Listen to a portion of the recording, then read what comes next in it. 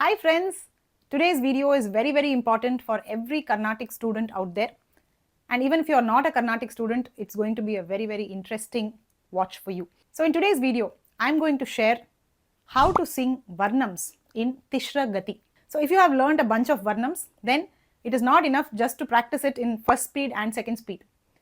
We should also learn how to practice it in different Gatis. So in today's video, I'm going to cover Tisra Gati. I'm going to tell you what Tisra Gati means, and I'm going to show you how you can convert any Varnam into Tisra Gati. So this is going to be a very challenging exercise for you, and it will really strengthen your sense of Laya or rhythm. Okay, Laya is just as important as Shruti, right? They say Shruti Mata, Laya Pita, right? So you have to give equal importance to strengthening your rhythm. That is when what you sing is going to sound impactful and powerful. Okay, so stay with me till the end of this video. I'm Pratibha Sarathy and you're watching VoxGuru's YouTube series. If you enjoy our videos, please hit that subscribe button right away. It'll really motivate me to keep creating great content for you.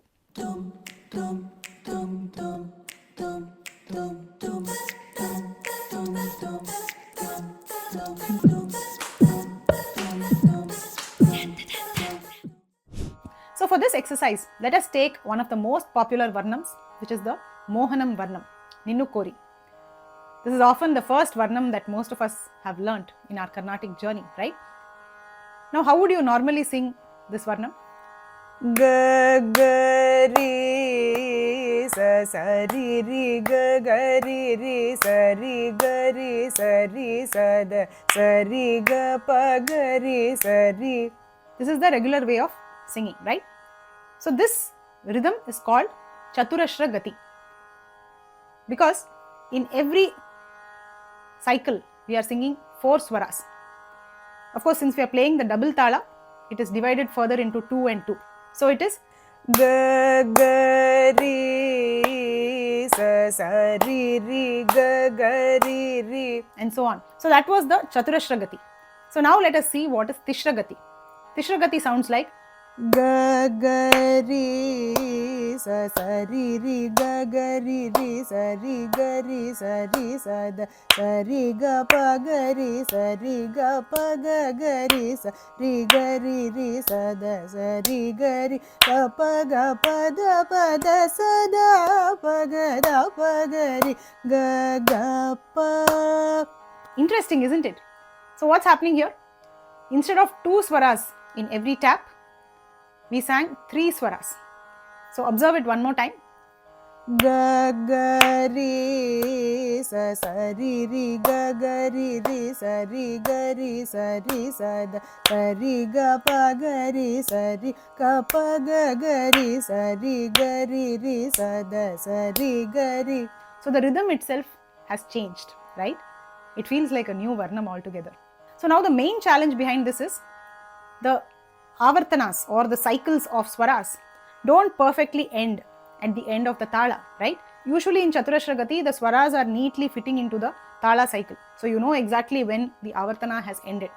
But here, the avartanas actually end in between the tala because we are fitting 3 swaras in every tap, right?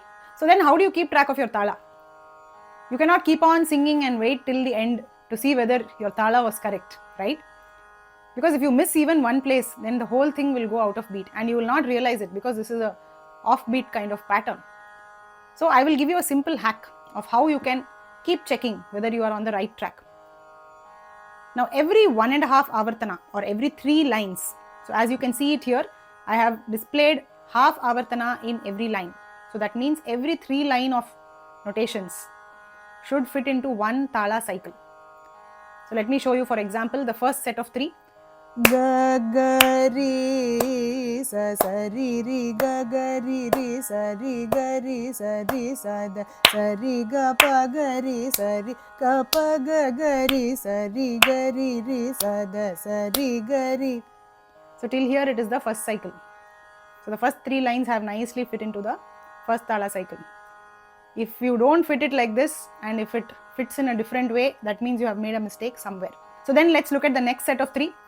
ga pa da sa da pa ga ri ga pa da pa da sa da pa da pa ga ri sa ri. Again, we have beautifully ended the tala. And then the next set of 3. Ga ga pa da sa ri sa ga ri sa ri sa da pa ga ri sa ri sa ri sa ga ri. That was the next set. Then sa ri ga pa da pa ga sa ri ga sa ri da sa pa da sa ri ga sa da pa ga ri sa ri. okay, so within 4 tala cycles we have completed from Pallavi till Muktai Swaram. But this will work only if your Varnam has a similar type of lines. So if you're going to try it on a different Varnam, as long as the Pallavi has 4 lines, Anupallavi has 4 lines and Muktai Swaram has 4 lines, this will work beautifully. But if your Varnam has a different structure, like some Varnams have 8 lines in the Muktai Swaram, so that makes it 4 plus 4 plus 8, which is 16. And 16 is not a multiple of 3. So you cannot form these sets of 3 and keep track of your tala. So how do you now make it a multiple of 3? One way is to sing the Muktai Swaram twice. So if you sing the 8 line Muktai Swaram twice, then the total number of lines becomes 4 plus 4 plus 8 plus 8, which is 24.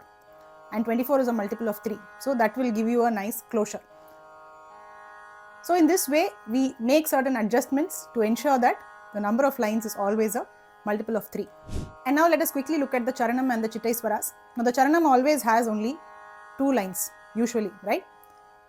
Now depending on the length of the Chittai Swaras, you will decide how many times you have to sing the Charanam. So if the Chittai Swara has 2 lines, then we will sing the Charanam twice, so that we get 2 plus 2 plus 2, so 6, which is a multiple of 3. So for example, ga ga pa ga ri ga pa ga da pa